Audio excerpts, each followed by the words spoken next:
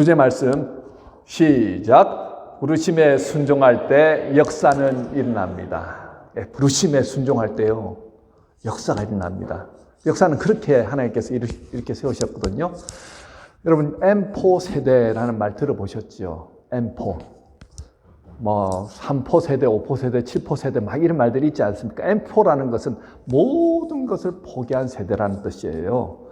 연애, 결혼, 출산, 주택 구입, 자신의 희망, 소망, 취미, 인간관계 다 포기한 세대. 그것이 지금 우리 젊은 세대들이 그런 그런 삶을 살아가고 있다는 것입니다. 참 젊은 세대가 살기 힘든 시대죠. 그런데 여러분, 젊은 세대만 살기 힘든 세대인가요? 팬데믹 이전과 팬데믹 이후의 삶이 너무나도 달라졌습니다. 러시아와 우크라이나가 저 지구 반대편에서 전쟁을 지금 수행하고 있는데 그 때문에 우리가 겪는 고통은 이루 말할 수가 없습니다. 여러분, 지금 몬트리올 기름값 아시죠? 1불 76센트더라고요. 어제 보니까. 너무너무 기름값은 계속해서 안정이 안 되고 올라가고 있고, 참 먹고 사는 것이 얼마나 힘든지요. 비단 캐나다만의 문제가 아니라 전 세계적으로 지금 불황을 겪고 있다는 것입니다. 생존하는 것이 목표인 시대라는 거예요. 어떻게 해서든지 살아남아야 되겠다. 그리스도인들 역시 이런 현실 문제와 장벽들로 인해서 어려움을 겪기는 마찬가지입니다. 예수를 믿음으로 생활이 펴지고 손대는 것마다 잘 되고 기도하는 것 때로 막 이루어지는 그런 삶을 원했는데 아무리 기도해도 삶의 형편이 풀리는 것 같지 않습니다. 세상 사람들보다 잘 되기는커녕 그 사람들에 비교해서는 더 힘들고 허걱거리는 삶을 살아가는 것 같습니다. 하나님이 살아계신가? 하나님이 지금 내 안에서 역사하시는가? 생각해봐도 하나님은 저 멀리 계신 것 같은 그런 느낌이 들 때가 참 있지요. 이럴 때 참 어떻게 하면 좋을까요? 오늘 본문에 보면 지금 이스라엘 백성들이 막막한 현실 가운데 살아가고 있습니다. 오늘 본문 말씀을 통해서 하나님의 믿음의 사람들을 어떻게 부르시고 어떻게 역사하시는가에 대해서 말씀을 전하도록 하겠습니다. 오늘 본문에 기드온이라는 사람이 등장하죠. 여러분, 기드온 하면 무엇이 생각납니까? 기드온 딱 하면은 여러분들이 어릴 때부터 배웠던 생각나죠. 300용사. 기드온 하면 300용사가 생각나죠. 여러분, 300용사가 몇 명을 물리친 줄 아십니까? 제가 여러분들이 혹시나 정확한 숫자를 잘 모르실 것 같아서 예를 드릴게요. 1번 10,000명, 300대 만. 2번 50,000명, 3번 100,000 명, 4번 13만 5천 명. 자, 몇 명일 것 같습니까?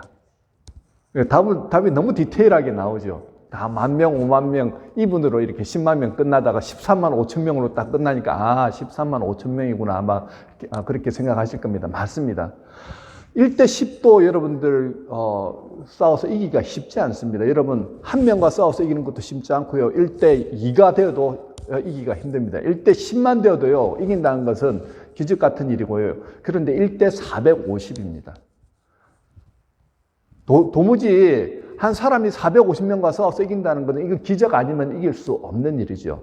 자, 기드온이 바로 그 일을 해냈는데 그러면은 기드온을 바라보시면서 그런 생각을 하실 것입니다. 야, 기드온은 대단히 비범한 사람이고 용기 있는 사람이고 특출난 사람이겠구나. 하지만 우리가 생각하는 그런 대단한 인물이 아니더라는 거죠. 오늘 본문의 이스라엘 자손들은요, 미디안 사람들로부터 7년 동안 약탈당하던 시대에 살고 있었습니다. 굉장히 고통스러운 삶을 살았어요. 사사기서 6장 2절에 보시면요, 이스라엘 자손이 미디안의 약탈을 피하여 산으로 도피해 웅덩이와 굴과 산성을 수축했다라고 기록하고 있습니다. 자, 미디안 사람들이 매해마다 메뚜기처럼 몰려와서 이스라엘의 토지 소산과 집 짐승들을 다 잡아가 버리니까 먹고 살 수가 없더라는 거예요. 생존에 문제가 생긴 겁니다. 그들의 안전을 위해서 산으로 가서 토성을 짓거나 동굴에 들어가서 사는데도 미디안 사람들이 그곳까지 올라와서 어떻게 해요? 모든 것을 빼앗아 가니까 정말 백성들의 고통이 이만저만이 아니었다는 거예요. 너무너무 고통스러운 삶을 살았습니다. 사사기서 6장 6절에 보면 이스라엘이 미디안으로 말미암아 궁핍함이 심한지라 이에 이스라엘 자손이 여호와께 부르짖었더라 라고 말씀합니다. 너무너무 고통스러우니까 이제는 하나님을 찾더라는 거예요. 정말 죽을 것 같습니다. 하나님 좀 도와주세요. 여러분, 고통스러울 때는요, 뭐 의지할 데가 없으니까 어떻습니까? 하나님을 찾을 수밖에 없죠. 지금 이스라엘 백성들이 7년 동안에 이 당하는 고통 때문에 견디다 못해서 여호와 하나님을 찾습니다. 그러자 하나님은 또 이 이스라엘의 부르짖음을 들으시고 한 선지자를 보내주셔서 7년 동안 너희들이 왜 이런 고통의 삶을 살았는가에 대해서 말씀해 주시죠. 사사기서 6장 1절에 보면 이스라엘 자손이 또 여호와의 목전에 악을 행하였더니라고 말합니다. 구체적인 악이 어떤 악이냐면요, 오직 하나님만 섬겨야 될 이스라엘 백성들이 하나님을 떠나서 살면서 바알과 아세라 신들을 섬기면서 성적인 음란한 그런 범죄를 지으면서 그렇게 살아가더라는 거예요. 결국은 하나님이 그 모습을 보다 못하셔서 미디안의 손에 이스라엘을 맡기셨다는 겁니다. 하나님은 이스라엘 편이 되셔야 되는데 이제는 미디안의 편에 선 것이에요. 미디안 너희들 알아서 해. 나는 상관 안 해. 라고 지금 그렇게 하시는 겁니다. 이 고통스러운 시간에 그들이 자신들의 무엇을 잘못했는가를 깨닫게 되죠. 그리고 정말 하나님 도와달라고 부르짖을 때 주님께서 이스라엘 공동체를 회복시키시기 위해서 여호와의 사자가 한 사람을 찾아오는데 오늘 본문 11절에 보면 기드온을 찾아오는데요. 기드온은 우리가 생각하는 만큼 대담하고 비범하고 용기 있는 사람이 아닙니다. 본문에서 그를 이렇게 소개합니다. 기드온이 미디안 사람에게 알리지 아니하리하여 밀을 포도주 틀에서 타작하더니. 자, 포도주 틀에서는요, 포도즙을 내서 포도주를 만드는 일을 하는 곳이 바로 포도주 틀입니다. 그런데 그 틀에 들어가서 뭘 하느냐 하면 밀을 타작하는데, 밀 타작은 넓은 마당에서 우리 도리질을 하잖아요. 이렇게 쳐가지고 그래서 밀을 부스러가지고 결국 그것을 음식으로 빵을 만들어 먹기도 하고 하죠. 그런데 그렇게 하지 않고 포도주 틀에 들어가서 그것을 일일이 막대기 가지고 톡톡톡톡 치면서 그거를 밀을 까불렀다는 거예요. 밀 까부르는 장면이 미디안 사람들한테 들키면 다 어떻게 됩니까? 와가지고 다 빼앗아 가니까, 또 그냥 빼앗아 가는 것이 아니고 몸까지 이렇게 해하니까 보이지 않는 곳에 들어가가지고 조심조심하게 그렇게 하고 있다는 거예요. 여러분 이 모습 보시면서 야, 대단하다, 비범하다, 용기 충만하네 이런 생각이 드십니까? 아니면 와, 소심하다, 쪼잔하다, 너무 약하다, 무슨 남자가 저렇게 걱정의심이 많아가지고 저런 일을 하고 있나? 사실 기드온이라고 그렇게 하고 싶었겠습니까? 한꺼번에 도리질을 하면서 신나게 그렇게 밀을 까부르고 그렇게 해서 생산한 것들을 저장해 놓고 그렇게 먹고 그렇게 넉넉하게 살면 좋은데 그럴 형편이 아니라는 거예요. 숨어서 할 수밖에 없는 상황. 지금 주눅이 들고 지금 두려움이 가득 차 있는 상태, 빼앗기지 않기 위해서 포도주 틀에 들어가지고 그렇게 밀을 까부르는 이런 소심한 모습이 기드온의 모습이고 이스라엘 백성들의 모습이라는 거죠. 자, 이런 지금 상황 가운데 여호와의 사자가 기드온을 부르시는데 뭐라고 부르시냐면요, 큰 용사여 여호와께서 너와 함께 하시더라라고 말합니다. 여러분들 지금 이렇게 주눅이 들어있는 상태고 상황과 환경이 내 마음대로 할 수 없는 이런 상황 가운데 있는데 여호와의 사자가 와서 큰 용사여 라고 불러준다고 해서 여러분들 맞습니다, 나는 큰 용사입니다 이렇게 담대하게 말할 분들이 과연 몇 분이나 계실까요? 이 큰 용사라는 것은요, 영어로 mighty warrior, 아주 능력 있는 전사의 모습입니다. 그런데 자기 일신도 제대로 건사하지 못하는 사람이 어떻게 큰 용사로서 역할을 감당해 나갈 수 있겠냐는 거예요. 중요한 것은 우리는 우리 자신들을 볼 때 소심하고 평범하고 아무것도 할 수 없는 사람이라고 보지만 여호와 하나님은 다르게 보신다는 거예요. 하나님은 우리의 모습 가운데에서 큰 용사의 모습을 보고 계신다는 것입니다. 기도원의 모습 가운데서 지금 그 모습을 바라보시면서 큰 용사여라고 불러주시는 거죠. 자, 기도원 자신도 자신을 큰 용사로 불러주는 여호와 하나님 말씀에 동의할 수가 없었습니다. 그러니까 15절에 보면요, 기도원이 그에게 대답하죠. 오 주여, 내가 무엇으로 이스라엘을 구원하리이까? 보소서, 나의 집은 므낫세 중에 극히 약하고 나는 내 아버지 집에서 가장 작은 자니이다. 우리 집안은 므낫세 집안 중에서도 극히 작은 집안이고요. 나는 스펙도 없고 내세울 것도 없는 사람입니다. 집안을 보아도 그렇고 내 자신을 보아도 그렇고 뭔가 내세울 것이 없습니다. 그렇다고 내가 특별히 싸움을 잘하느냐, 무술 실력이 있느냐, 그렇지도 않습니다. 그렇다고 리더십이 있느냐, 동네에서 알아주는 사람도 아닙니다. 나는 아무것도 할 수 없는 너무나도 지극히 평범한 사람입니다. 지금 그렇게 얘기를 하고 있는 거예요. 자, 하나님의 사자는요, 기도원을 큰 용사로 부릅니다. 여러분, 하나님이 태초에 사람을 창조하실 때 하나님의 형상을 따라서 창조하셨다 말씀합니다. 하나님의 형상을 따라서 창조하고 난 후에 그들 보고 생육하고 번성하여서 땅에 충만하라, 그리고 땅을 정복하고 다스리라, 그 권한을 태초의 사람에게 허락하셨습니다. 하나님의 형상을 입으면요, 큰 용사로서 이 땅을 다스리고 정복하고, 그리고 하나님께서 허락하신 그 권세를 가지고 이 땅을 힘있게 살아가는 삶을 살아가게 된다는 거예요.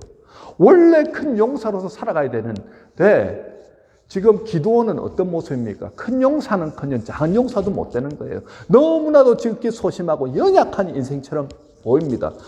왜 그러냐는 거예요. 하나님께서 허락하신 하나님의 형상이 왜 깨어졌습니까? 죄가 들어옴을 통하여서 하나님과의 관계가 깨어지고 하나님의 형상이 어떻게 해요? 깨어졌습니다. 훼손되었습니다. 큰 용사로서 이 땅을 다스리고 정복해야 될, 당연히 그렇게 해야 될 인간들이 어떻게 해요? 이 땅에 공중못에 잡은 악한 영에게 휘둘려서 조종당하고 넘어지고 아주 소심한 연약한 걱정, 근심으로 가득 찬 그런 모습으로 전전긍긍하며 살아가더라는 거죠. 이스라엘 백성들이 죄를 지음으로써 하나님의 나라로서 이 땅을 정복하며 살아가야 되는데 전전긍긍하면서 주변 족속들에게 침범을 당하고 그렇게 비참한 삶을 사는 이유가 바로 그것입니다. 하나님과의 관계 안에서 관계가 깨어지니까 형상도 훼손되더라는 거예요. 여러분, 야생 코끼리가 날뛰기 시작하면요, 사람이 어떻게 하지 못합니다.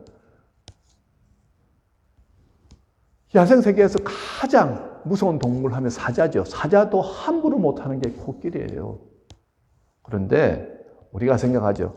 아이, 코끼리가 뭐가 그래 무섭습니까? 코끼리가 한번 화가 나가지고 막 날뛰기 시작하니까요, 뭐 사람을 그냥 들어가지고 던져버리니까는 그냥 더 멀리까지 날아가고 또 밟기 시작하니까요, 뭐 작은 동물들은 그냥 짓밟혀서 그렇게 비참하게 최후를 맞이하는 모습을 우리는 TV를 통해서 많이 보게 되죠.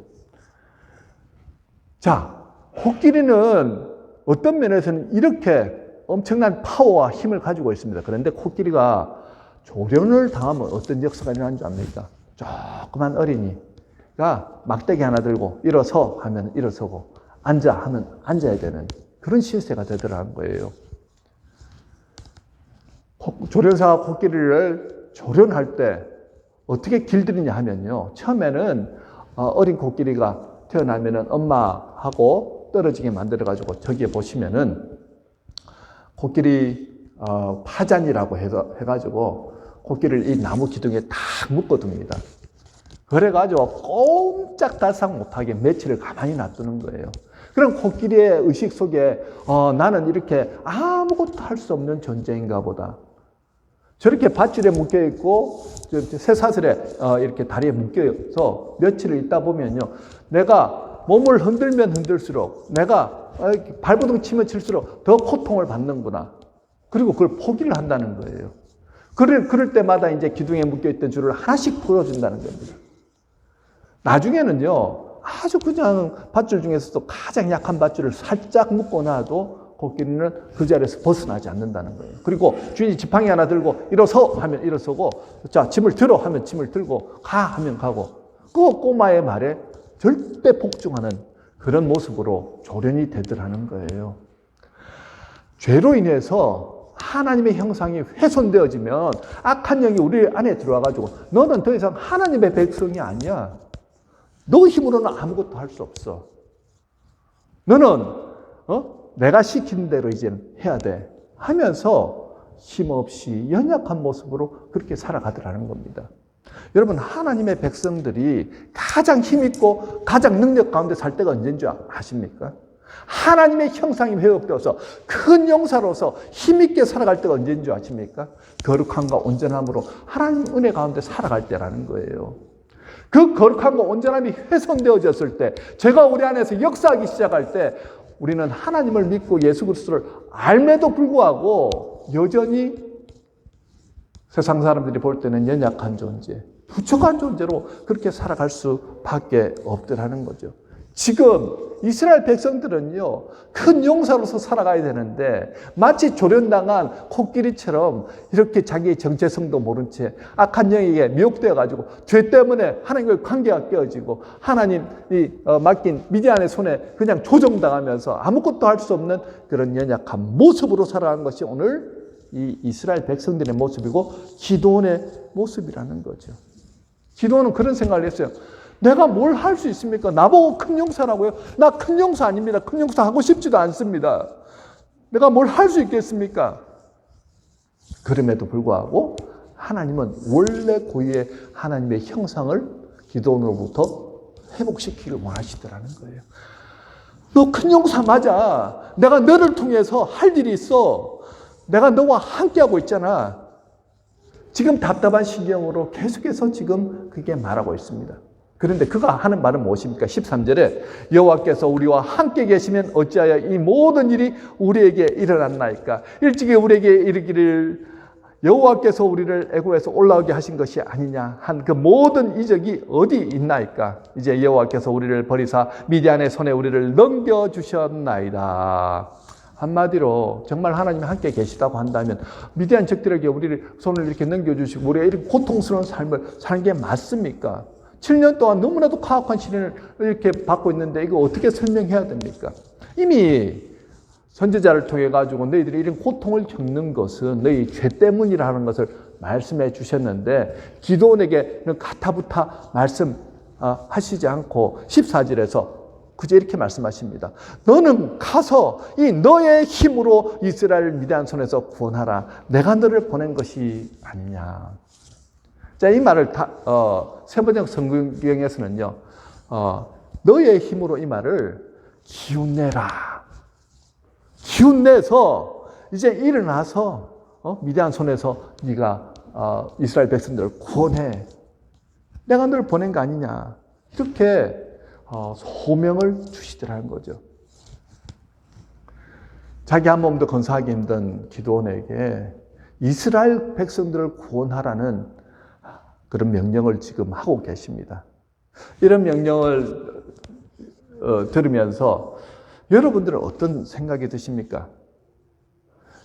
미디안 군사들이 지금 쳐들어와서 얼마나 많은 사람들을 죽이고 고통스럽게 했는지 누구보다도 잘 알고 있는 기드온인데 여호와의 사자가 와서 내가 너와 함께 할 터이니 네가 이스라엘 백성들을 구원하는데 앞장서라고 한다면 여러분들 할렐루야 아멘, 예, 제가 가겠습니다. 그런 생각이 드시겠습니까? 하참 맨정신으로는 어렵겠죠. 아니 기드온은요 아무리 여호와의 사자가 한 말씀이라도 아마 그는 거부하고 싶었을 것입니다. 여러분 우리가 우리 스스로를 바라보면요 우리 스스로는 너무 부족한 것 투성이고 나는 아무것도 할 수 없다라고 생각드는 순간이 있습니다. 교회를 다니고 신앙생활을 오래 하고 열심히 기도를 하고 해도 여전히 나는 나의 부족한 모습을 바라보면 나는 nothing이라는 생각이 들 수밖에 없을 것입니다. 그런데 중요한 것은 나만 바라보면 나는 할 수 없지만 여호와 하나님이 내 삶에 개입하시기 시작하면 그때부터는 다른 인생이 열린다는 거예요. 하나님께서는 먼저 그의 정체성을 건드리고 계신 겁니다. 너 안에 있는 하나님의 형상을 나는 지금 보고 있다. 그 하나님의 형상이 회복되기만 하면 너는 이 땅 가운데에서 큰 용사로서 놀라운 역사를 이루어 나간다. 구원의 일에 네가 앞장서서 이 이스라엘을 구원해낼 수 있어. 내가 너와 함께 하잖아 라고 말씀하시는 겁니다. 여러분, 저와 여러분이 오늘 이 땅에 살아가는데 여러분 중에서 예수 그리스도를 믿지 않습니다 하는 분이 여기 손들으면 있습니까? 한 사람도 없을 거예요. 다 나는 예수 믿습니다. 자, 그렇다고 한다면 여러분 안에 이미 하나님의 형상이 회복되었다는 거예요. 그런데 우리가 죄로 인해서 악한 것들이 우리를 미혹하기 시작하고 제가 우리 안에서 계속해서 하나님과 나의 관계를 계속 방해하고 하나님의 형상을 훼손시키고 그러다 보니까 마치 우리는 연약한 자, 힘없는 자처럼 그렇게 생각하면서 살아간다는 거예요. 그런데 하나님이 우리 인생 가운데 개입하시기 시작하면 그때부터는 계산이 달라진다는 거예요. 아무것도 할 수 없는 내가 아니라 하나님의 역사하심을 통해서 나는 그때부터 다른 인생을 살아간다는 것입니다.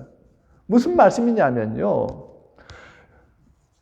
예수님의 제자들이 예수님이 십자가에 달리실 때 다 뿔뿔이 흩어지고 도망가지 않았습니까? 예수님이 부활하셨음에도 불구하고 그들은 나는 이제 예수님 볼 낯이 없다 그래가지고 갈릴리로 가가지고 고기잡이를 하는데 예수님이 그까지 찾아오셨어요. 그리고 다시 베드로에게 어떻게 해요? 네가 나를 사랑하느냐 하면서 소명을 주시죠.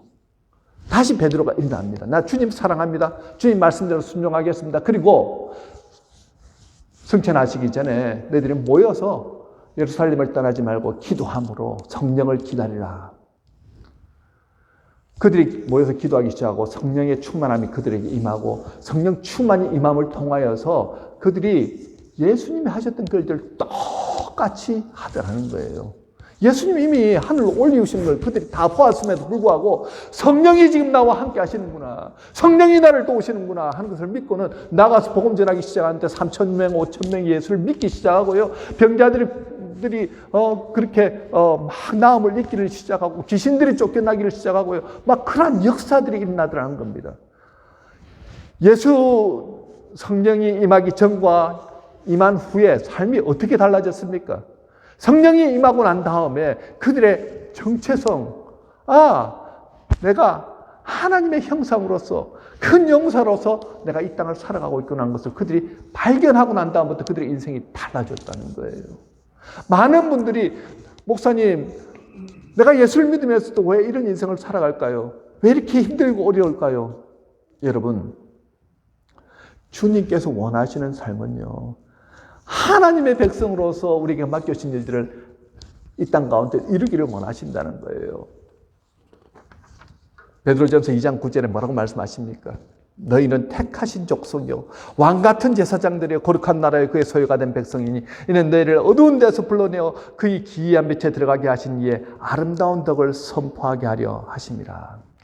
우리 한 사람 한 사람을 택하신 족속이면서 왕같은 제사장으로 불러주셨다는 거예요. 거룩한 나라고 그의 소유가 된 백성인데 우리 한 사람 한 사람을 통해 가지고 하나님의 기이한 빛에 들어가도록 그렇게 리드하는 인생을 살아가게 하신다는 겁니다.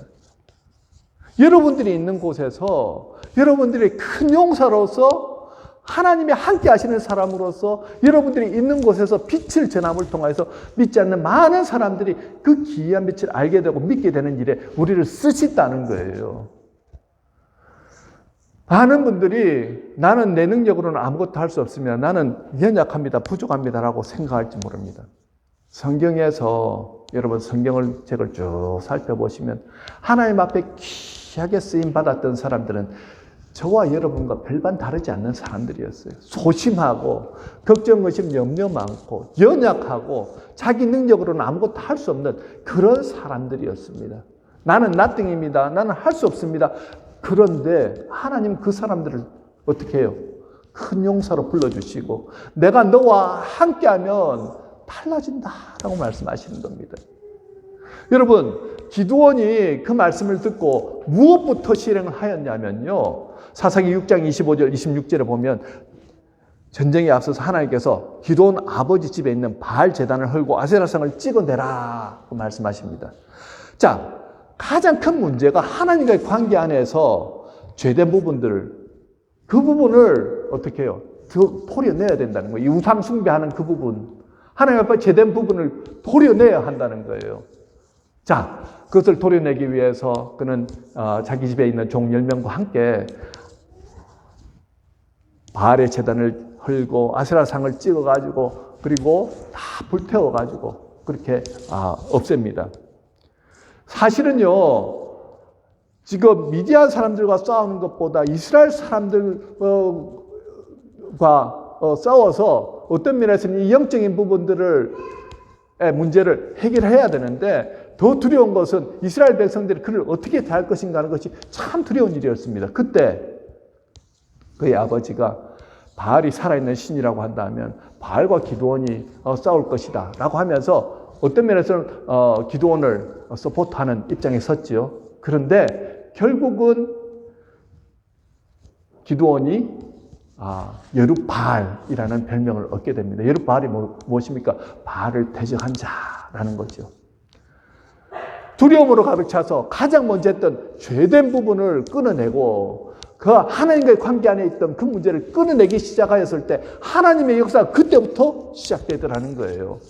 이스라엘 백성들이 기드온이 누구냐? 므낫세 지파 중에 가장 작은 집 안에 사는 그 기드온, 우리가 왜 그의 말을 따라야 되느냐라고 할 때 그가 바알과 아세라 신상을 태우고 그리고 훼손시키고 난 다음에 그의 리더십이 이스라엘 백성들에게 인정받기 시작했다는 겁니다.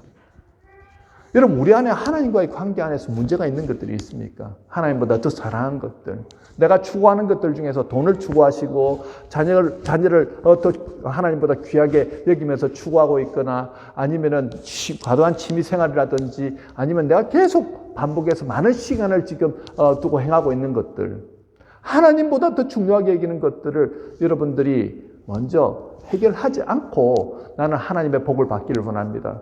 나는 큰 용사로서 하나님 앞에 쓰임받기를 원합니다고 한다면 그것은 욕심이라는 거예요. 하나님께서 원하시는 사람, 하나님께서 인정하시는 사람은요, 먼저 우리 안에 하나님과의 관계 안에 문제가 있는 것을 해결하기를 원하십니다. 내 안에 있는 죄악된 부분들이 있습니까? 예전에 어떤 목사님이 농어촌교회에서 목회를 하셨는데 목회를 아무래도 이렇게 목회가 풀리질 않더라는 거예요. 그런데 한 가지 정말 좋아하는 취미 생활이 있었는데 그게 뭐였냐면 바둑인데 이 바둑을 너무 좋아하다 보니까는 예배를 드릴 때도 성도들의 머리만 봐도 이 흰색, 검은색 하면서 자꾸 바둑 생각이 나더라는 거예요. 잠자리에 누울 때만 돼도 천장을 바라보면 바둑 생각이 나고 그렇게 바둑이 자신의 모든 생각과 마음을 점령하여 버렸다는 거예요. 그러니까 목회가 안 되는 이유가 큰 죄를 짓는 게 아닌데 내 마음에 바둑이 내 모든 것을 다 사로잡아 버린 것을 주님께서 깨닫게 하시고 그가 가장 먼저 한 것이 바둑판하고 바둑돌을 장작에다가 다 태워버리고 하나님 이제 나는 절대 바둑하지 않겠습니다. 그리고 오직 하나님 말씀 가지고 목회하겠습니다. 여러분 그것을 깨트리고 그리고 내려놓고 포기하고 하나님과의 관계에 문제가 있는 것을 해결하기 시작했을 때 그때부터 그의 목회가 풀리기 시작하더라는 거예요. 작은 교회에서 큰 교회가 되기 시작합니다. 부흥하기 시작합니다. 하나님께서 그를 쓰시기 시작하는데요. 전국적으로 참 유명한 부흥 강사로서 그렇게 쓰시더라는 거예요. 여러분 하나님과의 관계 안에서 큰 용사로 불러주셨는데 계속해서 나는 죄된 모습 그대로 세상과 못하면서 나는 이것이 좋사오니까 하면서 이래도 괜찮고 저래도 괜찮으면서 하나님 앞에 복 받기를 원한다고 한다면 그 욕심이라는 겁니다. 깨트려야 될 것을 깨트려야 합니다. 우리가 왜 매일 하나님의 말씀 앞에 나와서 새벽 예배를 드리고 말씀을 묵상하고 그렇게 살아갑니까? 나에게는 생명의 말씀을 먹는 것이 가장 귀중한 일이기 때문에 나는 그것 선택하면서 나갑니다. 이것이 하나님 백성의 모습이라는 거예요. 기도하지 않고 나는 하나님 살아갈 수 있습니다 라고 한다면 그것만큼 교만한 모습이 없지요. 하나님의 백성이 하나님과 교제하지 않고 하나님의 음성을 듣지 않고 살아갈 때 우리는 이 미디안 백성에게 농락당하는 마치 코끼리 조련당하는 코끼리처럼 그렇게 주인에게 조련당하는 그런 연약한 모습의 하나님의 백성으로서 살아갈 수밖에 없다는 것입니다. 그저 큰 용사라고 불러만 주신 것이 아니고 내가 너와 함께한다 말씀만 해주신 것이 아니라 네가 끊어야 될 것이 있다고 한다면 담대하게 끊고 나와 함께 가자라고 주님은 말씀하시는 거죠. 하나님 앞에 귀하게 쓰임받기를 원하는 저와 여러분들 아닙니까? 힘있게 이 땅 가운데서 맡겨주신 귀한 사명을 이루기를 원하는 저와 여러분들은 아닙니까? 그런데 왜 우리의 인생이 이렇게 풀리지 않습니까? 라고 했을 때 여러분, 하나님 말씀대로 오늘 기도원이 나는 소심하고 나는 할 수 없지만 주님께서 큰 용사라고 불러주셨고 주님께서 나와 함께 하신다는 분명한 믿음과 확신을 가지고 그가 순종하기 시작하였을 때 하나님의 역사를 그가 바라보더라는 거예요. 300명과 함께 나가서 13만 5천 명과 싸워서 승리합니다. 하나님의 은혜가 그를 통하여서 일어나기 시작하는데 도무지 이건 말로는 설명할 수 없는 놀라운 방법으로 하나님이 이루어 나가시더라는 거예요. 저와 여러분도 마찬가지입니다. 우리가 도미니카 선교를 간다고 하는데 내가 60이 넘어가지고 지금 이 나이에 무슨 선교를 가느냐고 말씀하시는 분들이 계실지 모릅니다. 그렇지 않습니다. 하나님은 여러분들 한 분 한 분을 큰 용사로 불러주셨고 그곳에 여러분 때문에 예수를 만나게 될 우리 어린 학생들이 있습니다. 여러분들이 가가지고 주님의 사랑을 전하고 주님의 마음으로 그들을 그렇게 케어해주고 말씀을 전하고 그렇게 사랑을 전할 때 그 안에 예수를 알지 못하는 그 사람 어린 학생들이 예수를 알게 되고 믿게 되는 놀라운 역사가 일어난다는 거예요. 큰 용사로서 가정에서 여러분들이 그렇게 헌신된 모습으로 살아가고 큰 용사로서 학교에서 직장에서 그런 빛된 모습으로 살아갈 때 우리 때문에 하나님 나라는 확장되고 그 기이한 빛에 들어가도록 우리 때문에 하나님께서 역사하시더라는 거죠. 여러분, 많은 분들이 오늘 미디안 사람들에게 농락당하는 기드온의 모습과 이스라엘 백성들의 모습으로 그렇게 살아가고 있습니다. 하지만 주님이 함께 하시는 사람, 눈을 뜨십시오. 보이지 않지만 지금도 우리와 함께 하시는 하나님께서 여러분들 한 분 한 분에게 지금 말씀하고 있습니다. 큰 용사여, 내가 너와 함께 할 것이니 이제는 일어나서 담대히 나가 싸우라. 미디안 13만 5천 명을 한 사람 치듯이 할 것이니 두려워하지 말고 나가 싸우라. 주님께서 우리에게 말씀하십니다. 오늘도 주님 이 말씀을 듣고 여러분 이 한 주간을 믿음으로 선포하며 살아가십시다. 내가 끊어야 될 것이 무엇인가? 내 안에 하나님의 형상을 깨트린 것이 무엇인가? 다시 회복되어야 될 것인가? 무엇인가를 알고 오늘도 믿음으로 순종하며 나가서 승리하는 저와 여러분이 되시길 주님의 이름으로 축원합니다.